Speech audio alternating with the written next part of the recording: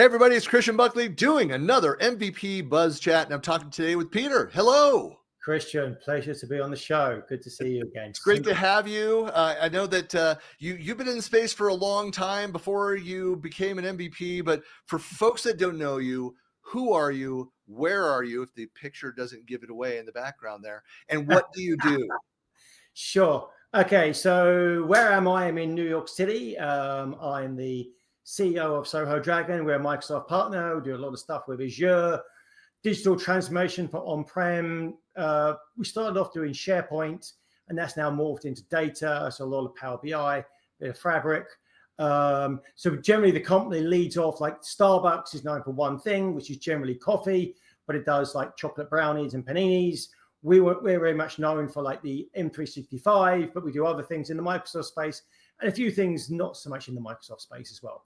Yeah. Are you also a dynamic shop? Did you guys go that direction? We do dynamic CRM. We don't do Central or AX. Yeah. Okay. Like I know that's been, that's one of those areas where, like, going to all the partner conferences for over the years, and it was always like the Microsoft Dynamics group, like the booth was just kind of sad, not heavily trafficked over there, just kind of quiet. Like, it's exploded. So I know a lot of modern workshops, consulting companies that went that direction and have seen explosive growth in that side of things. But I think that's in general around, seeing it around Copilot, of certainly Power Platform. There's a lot of areas to go and focus now that are, tangent to modern workplace, but they all kind of fit together ultimately. But well, what's your, so again, I know that I've known your team through the space through number of years, back to when we still called them SharePoint Saturdays. Oh yes. Out in the region and stuff.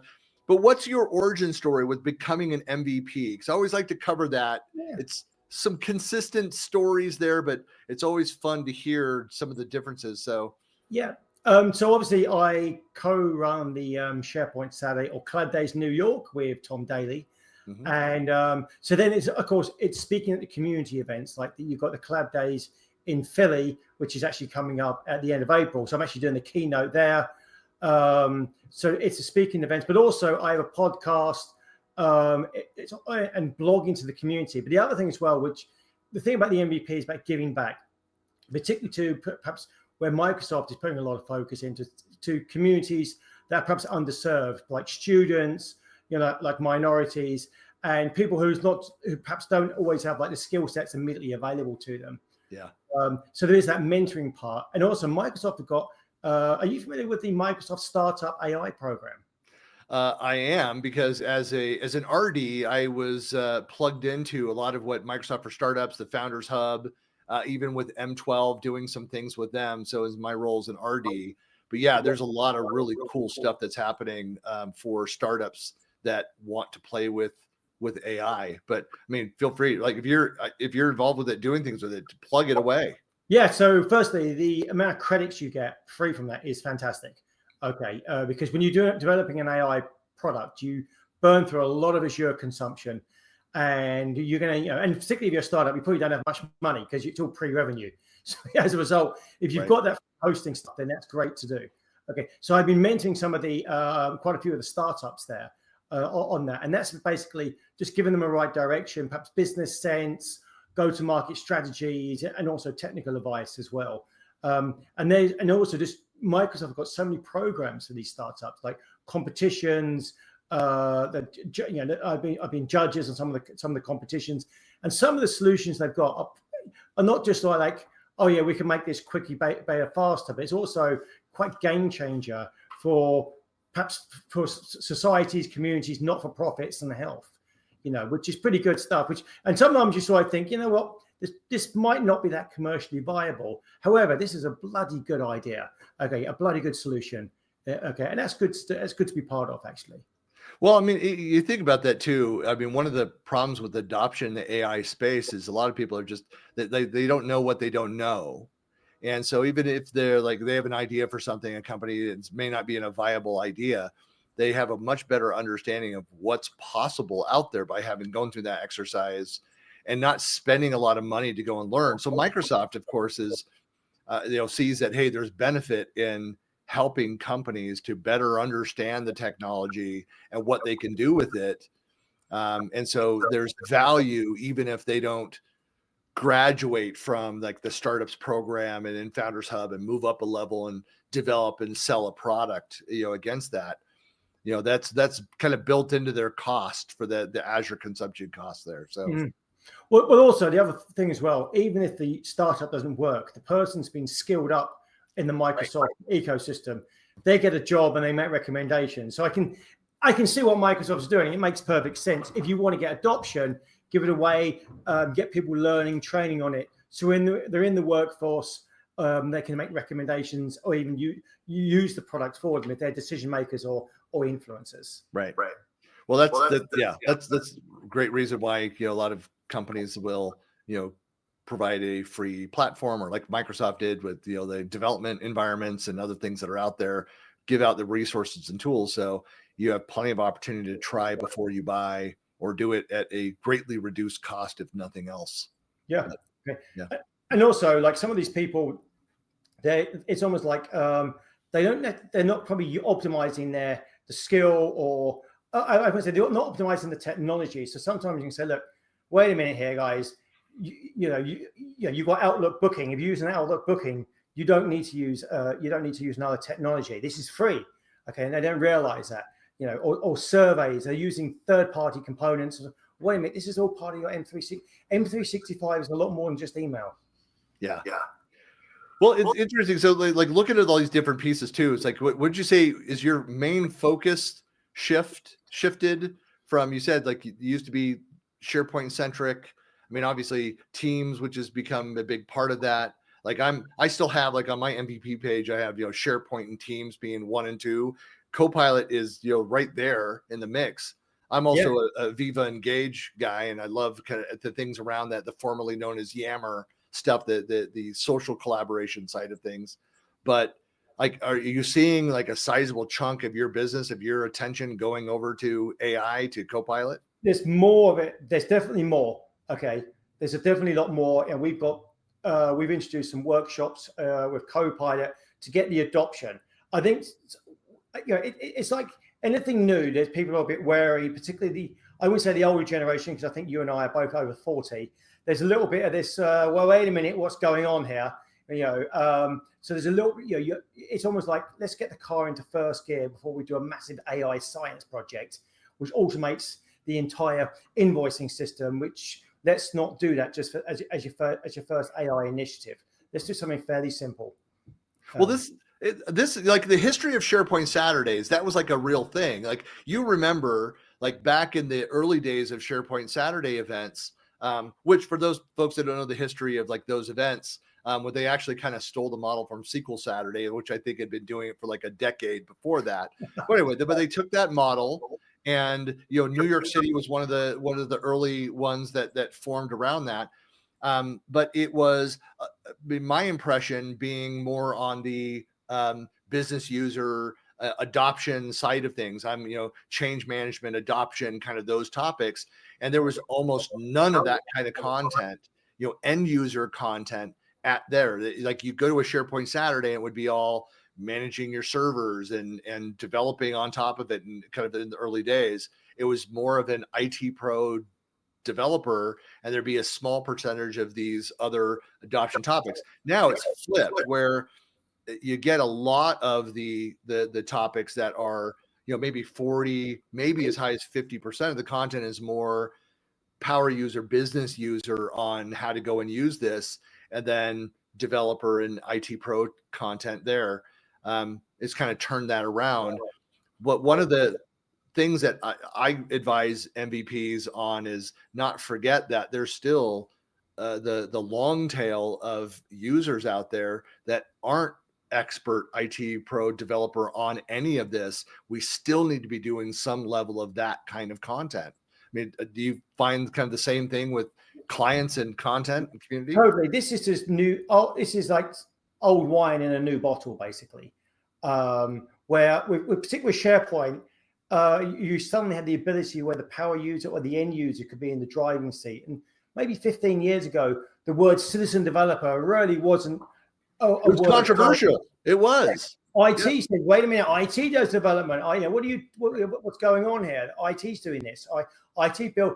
And at the end of the day, people don't want to wait. They want to get going. And you saw competitor products doing this, where someone wants to spend on a Sunday night just to get going and maybe a little bit of education to do a refinement. They just don't want to write up a 15-page requirements document, having it go through dev, QA, and prod to go live when it's a lunch menu, kind of like survey. And so that's where SharePoint, started coming about, and the end user, the power user, and also things like InfoPath and SharePoint Designer. We're not really it's certainly not SharePoint Designer. We're not end user friendly tools. Okay, right. Now you've got Flow, which is much more sort of like much more end user friendly on that. Yeah. Power Apps and Power BI. End users were a little bit appointing, they can get going, and that's the same with Copilot as well. Like people sort of like, oh, I wasn't aware it can do this. Simple little things of adoption can really make a few things happen. Can make game changer productivity wins for a user. Yeah. Well, that's why.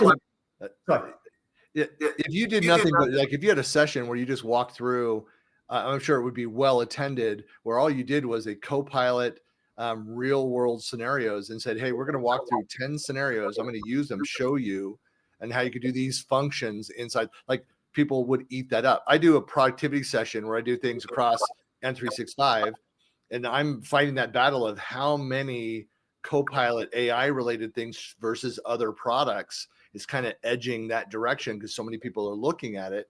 But I think it's important. I'm doing one that's focused on 20 productivity tips. Half of them are going to be AI related, and the other half Teams, SharePoint, Outlook, kind of other things, PowerPoint, OneNote, those kinds of things.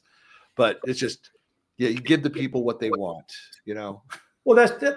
Well, crazy idea. Give the people what they want. Yes, okay. Because the IT, I suppose, can't be the land of no anymore. Right. I've seen, which I did have some about that 25, 30 years ago. On that, but that's really what's come about, and the Microsoft have got the tools to do this. And of course, if anything, it's just so many tools, and like we were both at the MVP summit, and the theme I got was basically there's clearly a land grab going on between Google, Amazon, and Microsoft, and it's almost like whoever gets the tools out quick enough, okay, then you've got the sticking power. And some of it, documentation might not be all correctly. It'll get there, but you can't have it. You can't have it both ways. You can't have, if you want us to be on full throttle, then there's going to be a few bugs. It will take. We can fix the bugs quick and get feedback quick and get the documentation out sort of like a little bit later. But we're not going to be in second gear on this. What's interesting is that I think we've all realized that we've moved beyond like the days when any enterprise, any company was like, hey, we are just 100% a Microsoft stack, and that's all we do are Microsoft products. The reality is every company out there, even if they're predominantly Microsoft stack, are a multi-cloud. They're using other services, the things that are out there. So whether it's like they might be full M365 and Azure and everything else, and yet they use Salesforce. Or they've got other components. Anyway, they've got all these other options and things that are out there. The same is going to be true about AI. And so there might even get to the day where it's like, bring your own LLM or point it to this other service for this model. I was just chatting with a guy yesterday, a friend, former Microsoft employee, CEO of a company. They've developed an AI product, and you have all these different modules, and all of the modules point to different back-end, different models that are more efficient for their specific tasks, pointing in different directions. And it's like that. We were talking about that and what that means, what that costs, what that looks like, and why shared interface, different models on the back end, so that you truly get like the best of breed from your responses from this AI interface. Like that's closer to like what the future looks like of this technology, maybe within the Microsoft world. But even now, like you go to ChatGPT and drop down, hey, for this, it's more of I need more of a research perspective, a deeper thinking, and so pick that model. I need a quick answer, an outline of idea generation. This model is better for that. You can make those adjustments. So I think as we build agents and Microsoft starts providing more options, I can see that path where even within the Microsoft ecosystem, you'll be able to point it at different models, some that go internal to the content, some that incorporate a blend of internal and web-based learning, some that are pure web learning, and then different models for each one of those. Yeah. And also subscription services as well. Like if you're financial, going into Bloomberg, okay. Or if it's medical, perhaps WebMD, or something along those lines. So there's that blended, that blended knowledge base. And also with these like ChatGPTs, it doesn't just, a search engine will give you the same content, will regurgitate the content, which say ChatGPT and Copilot, it's creating that content. So if it's got different sources, okay, then that's where it adds value to that subscription, to that service, that content. Do you feel like, what are your primary, I guess I should ask this earlier too, but what are your primary contribution types? Are you more of a writer, a video, a speaker, an organizer? Like, I know you're a mix of all the things, but like when you think of like, when you're putting together I don't know if you finished your MVP submission for renewal, but what are your primary contribution types? It's YouTube. YouTube is going to be the new Wikipedia because nobody reads anything. Okay. And, like it's those shorts. Okay. We're at, and that's the whole thing. YouTube, you want to find information, you just go on YouTube now. Okay. YouTube's a bit annoying because you always have 2 commercials before you can actually get to the content. But unless you're YouTube Red, you pay the money and skip all that. Yeah. I'm sort of like looking at my subscriptions a bit. Like you got Spotify, you got Blink, you got Blinkit. There's a few of these adds up, I don't know, paying $8 to $12 to not get ads on the ones that I use every day. For me, that's worth it. But yeah, what I would like, and maybe you could help me out on this. Is there a way? There's certain podcasts I'll listen to, like particularly health podcasts. Mm-hmm. As a male over 40, I'm sure you're a bit more reading, a bit more on the health stuff these days. But some of these podcasts are like about 2 hours long. So I'm like, no, I can't do that. Is there a way that you can point something at a YouTube video and then just summarize the entire thing? Yes. And what is that? So I keep preaching this, and I wish I had like an affiliate link or something or other. So I was introduced to a tool. There's a free trial of it, but it's $100 a year. It was developed by 2 students. One of the things you can do is, so it's called turbolearn.ai. Yep. Huge fan. Like I wish I could have been recording, obviously didn't all, at the MVP summit, those sessions, which would have broken NDA. You couldn't do that. Just so that I could summarize and add to my own notes. But what's great about it is that like you could go in, but this is for folks that are watching, like so off top, but this is what we do in these conversations because we both see the need for this type of tool. You can drag a YouTube video, the share link for that video into this. It'll do a full summary of it as well as create the full transcript of it. It was developed by students that are like, there's got to be a better way to take notes at events. So you can actually be recording like a lecture, a conference session, and it will capture all of that. It's summary, like again, of any AI. It does a good job. You need to go through and validate certain things. There is the chance of it hallucinating. But Peter, I was I had Jeff Teeper was doing an AMA at ESPC, the event in Stockholm last December. And I was testing this tool at this conference, and I'm sitting towards the front of the audience, and there's somebody stepping at the mic with a question. I hit record. It captured their question. Jeff went in and started answering it. He didn't go and say, what he's asking about is this, and explain the technology and all different pieces. He also then, and other people on the panel jumped in, and he said, well, there's 4 things. And he said, well, 1 and 2. And then he told this other story, and then something else commented. And then he came back, well, going back to my list, number 3, and then 4 of this list. In the summary, it starts off, says, here's the title, the question asked was this, and then says what he's asking about is this thing. And SharePoint Premium, it offers these, and explained it, gave the background to provide context, and then it outlined there's 4 main points, and then it listed them in order, and then gave the stories and the other things. Like, it did what you expect from AI, where it pulled it together in this order to serve it up for you. So you don't have to watch that hour-long, 2-hour-long video. You can summarize the whole thing and then even dump it into Copilot or ChatGPT or whatever, and then ask questions even more about that. I don't know if they're going to go that direction and just have an integration where you can then ask questions right there and use it. They would be fools if they didn't do that and maybe charge a little bit more. But anyway, turbolearn.ai, Right. awesome tool. Because where we're going with AI, it's now so easy to generate content. We're going through a content arms race, basically. Right. 20 years ago, it was a monthly newsletter. Then it was email or constant contact or whatever. There was something monkey. It wasn't Survey Monkey, but yeah, I mean that's there was something. There was MailChimp. That was it. MailChimp. Yeah. And then there's blogging, and now there's video blogs. Now there's YouTube and everything. So it's so easy to just generate the content, edit it, put the music on. My Teams Tuesday, it's 45 minutes. We have an AI tool that will strip it, that will put it into a whole bunch of snippets, load it up into our CRM, and it will be pushed out across the social media networks. So everybody's doing that. So there's so much more content being produced that I need a way to actually summarize and distill this content to me.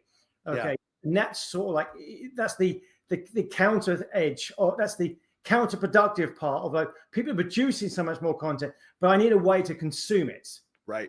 Well, this, and this is, as a marketer, I mean, I say this all the time. I said, look, there's different channels for distribution of the content, and a big mistake that companies make with their content, because I'm a content strategy expert in the B2B space. That's what I've been doing most of my career, certainly in the last 15 years, is that you go through all the difficult work of creating content. I refer to as your hero content. Like, you did research. Microsoft does research, and there's a white paper out there. There's an ebook, and there's a blog post once. And you see a couple tweets and then nothing. I'm like, you could have taken that. You did that hard work. Like, Peter, like, you create a presentation, you go to give that session. Like, how many different ways you spent that time to create an hour-long, a 60-minute session to do a deep dive into one topic. What else are you doing with that? You need to put it in other formats. It needs to be then record a video, like everything you just described with that content.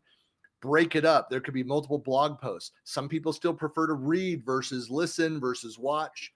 There's different types that are out there, but they also, from an SEO standpoint, they point to each other. They are linked up, which gives you more weight, which means that the search engines look at you as, hey, this is this hero content, these different pieces out there. We're finding all the traffic. They put together the numbers. They realize that this person, this topic by this individual, looks like different versions are getting more traffic than one piece standalone, and therefore it gives your content more weight, more value. But there are, they're like, that's why I love this tool. I'm using it almost every day. For something, pulling down videos, recording conversations and capturing that. Ones where, like, I've got an environment that I don't have Copilot. I've got an environment where I have Copilot. So if I'm doing something in this other tenant, I will use my phone and capture those. So I have all those same benefits, dump in the transcript and the summary into my notes over there. Otherwise, I record all the Teams meetings and things over in the other tenant. So which is the one other thing I would say about content is that folks have to remember, like, the written word is not going away. Somebody still has to be creating content that then the AI, the engines out there are taking and incorporating into their responses. So you still need to be creating video, text, whatever content out there. But leveraging the AI tools to consume more, to better understand what are the themes, what are the message, what are my actions that I need to take out of this video. but it's exactly what you said. That's why I use this. It saves so much time. But yeah, anyway, I'd say go play with it. You have any questions? I'm happy to share, because I can actually share out the results, the synopsis. I should send you, when we wrap up, I'll send you a couple examples of summaries. Right. That'd be good. So you see what that looks like. And can that take a show off Spotify? Did that do Spotify as well? It doesn't publish anymore. So you'd have to pull that down and do something with it. Okay. So with this Turbo Learn AI, I just put the YouTube URL. Yeah, you'll see it in there. It has different ways of doing that, or record straight off of your browser or off of your phone. Yeah, there's multiple ways of that it'll do things. So yeah, but yeah, this is the kind of stuff where I look at, I mean, a lot of that capability, I mean, it's essentially Copilot does the same thing, capturing that, but it's in a non-Microsoft public. Remember, you record something, you move the video across, it's then public information. It's out there, sharing that, leveraging that with the model that it's trained on. So I wouldn't do this for, intellectual property. That's why I love, I was experimenting with, with SharePoint copilots and doing these private copilots of controlled data, creating, bots, chat bots based on that very targeted content. I love that because it's secure, within my environment, and it's, behind the firewall.